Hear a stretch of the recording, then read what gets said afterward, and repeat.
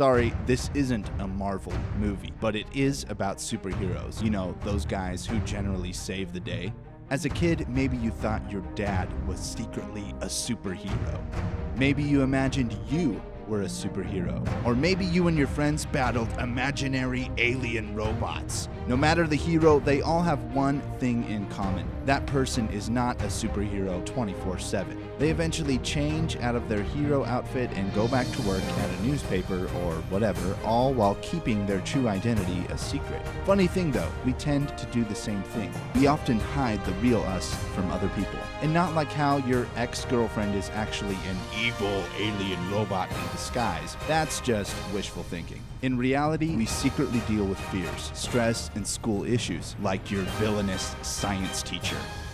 So even if you're not taking down bad guys after school, we all have an alter ego.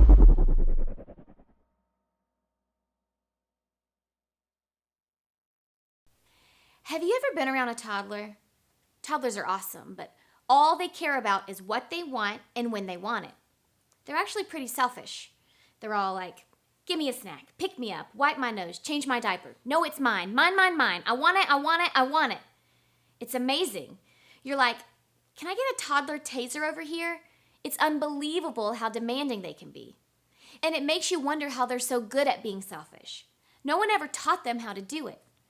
I mean, as toddlers, they're not naturally saying things like, what can I do for you? Can I get you something while I'm up? You look like you need to rest.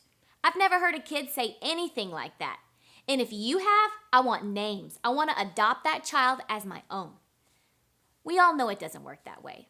Every kid is born with a natural tendency that says me and mine.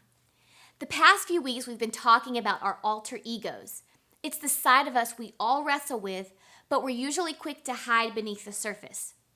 This week, we're talking about the thing we see in little kids all the time, selfishness. Selfishness is technically defined as seeking one's own advantage, pleasure, or well-being without regard for others. It says, me first, others second. It means seeing you as the center of your universe and seeing other people according to what they can do for you. And no one ever taught us how to be selfish. No one even had to suggest it. It was just there when we were born. And it would be one thing if it were just a toddler problem. I mean, after all, we expect it from them because they literally can't do things for themselves. They need other people to do everything for them. So we just say, okay, wait until they grow up. You and I, we're grown up. We no longer need others to do everything for us. But how many of us have outgrown that me first, others second mindset? We've grown out of being childish, but have we grown out of being selfish? Think about it. We get mad when things aren't done our way. How can mom forget to wash my favorite shirt? We want to make sure everyone notices how good we are at something. Why didn't he say anything about the play I made? We believe our needs trump everyone else's. How could her family go out of town when she knows it's my birthday that weekend? We get frustrated when we have to sacrifice for someone else. Why do I have to give my brother a ride to school? He's so annoying. We don't think about others' needs. I'm just going to leave my socks on the floor here. I mean, my mom hates it, but I know she'll pick it up anyway. Our grown-up selfishness may not be as noticeable as a toddler selfishness because we're better at hiding it. But it's still there. And our demands are more subtle, but the thinking behind them is the same. In fact, it's probably even worse because when we were kids, we needed people to prioritize us and cater to us. When we get older, however, we start to believe that we deserve it. We may not be proud of it. We may not even realize it. We definitely never admit it out loud. But selfishness is still seeking to take control, and that's a big deal. Why? Because selfishness has a way of making life worse. For example, how many of you have seen your team perform worse or even lose because of selfishness? She should have passed the ball, and if she had, we would have won, but she didn't, so we lost. Or lost friends, or seen friend groups break up because of selfishness. Or felt alone because of selfishness. Everyone was looking out for themselves, so no one really trusted each other. Or have you ever felt paranoid because of selfishness? Hey, if I don't look out for me, then no one else will. So you got defensive and started suspecting other people of trying to take what's yours or stealing the spotlight. Or hurt someone. Someone counted on you, but you totally forgot about them. Even though it's natural, living selfishly doesn't improve the quality of life. In fact, it's exhausting to try and stay at the center of everyone's universe. And in the end, it's lonely. You have no one to cheer for or care about. And there's a reason you're miserable, because you weren't made to be preoccupied with yourself. And that's a huge thing to realize. Deep down, we all know that being selfish isn't a good idea. Most of us would agree that focusing on ourselves is a miserable way to live, but still we act selfish anyway. So how do we fight it? Whether you're a Christian or not, the ideas that we're going to look at today have the power to help you battle this alter ego. We're going to look at a verse from a letter the Apostle Paul wrote to a church in Rome. Paul was the guy who wrote most of the New Testament and planted a bunch of churches around the world. He often wrote letters to those churches to help them face issues they were dealing with. And often, that advice centered around people taking care of each other. Paul was passionate about teaching Jesus' followers to look out for each other. And here's why this mattered so much to Paul. Because Jesus and the people who followed him were not exactly popular back then. In fact, it was actually dangerous to follow Jesus. I mean, you could be imprisoned and even killed for your faith. It would have been easy to have an every man for himself mentality because more than just importance, lives were on the line. It would have been nearly impossible not to be selfish in that situation. But listen to what Paul says. Don't be selfish. Don't try to impress others. Basically, Paul's saying, you know how you were born with this ability to make everything about you? Yeah, don't do that. Sounds great, but it's too easy to just say that, right? I mean, most of us know that we shouldn't be selfish, but we still are. So how do we stop? What Paul says next may surprise you. He offers a brand new way of looking at life. It's a fresh way of living your life. Check it out.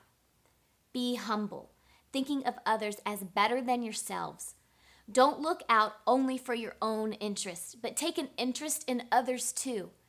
You need to go from me first to others second, to others first, and me second. Because the me first mentality, that happens naturally, without even thinking about it.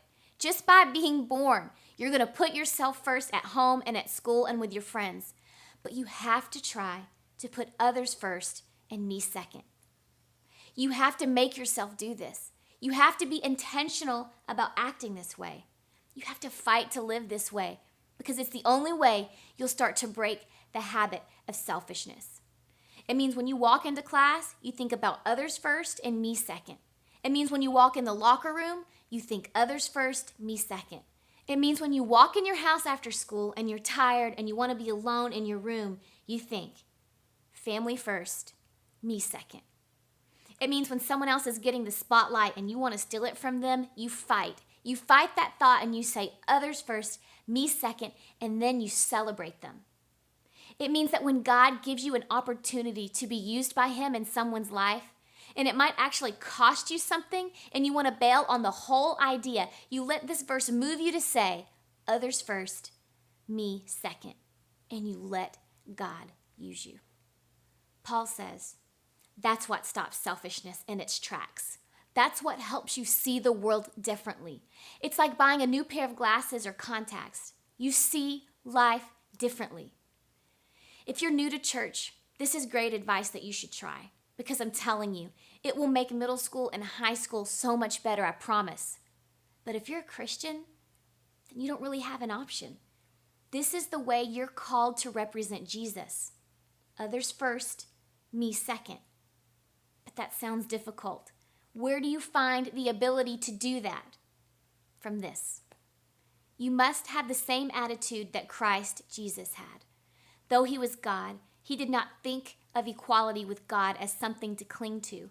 Instead, he gave up his divine privileges. He took the humble position of a slave and was born as a human being.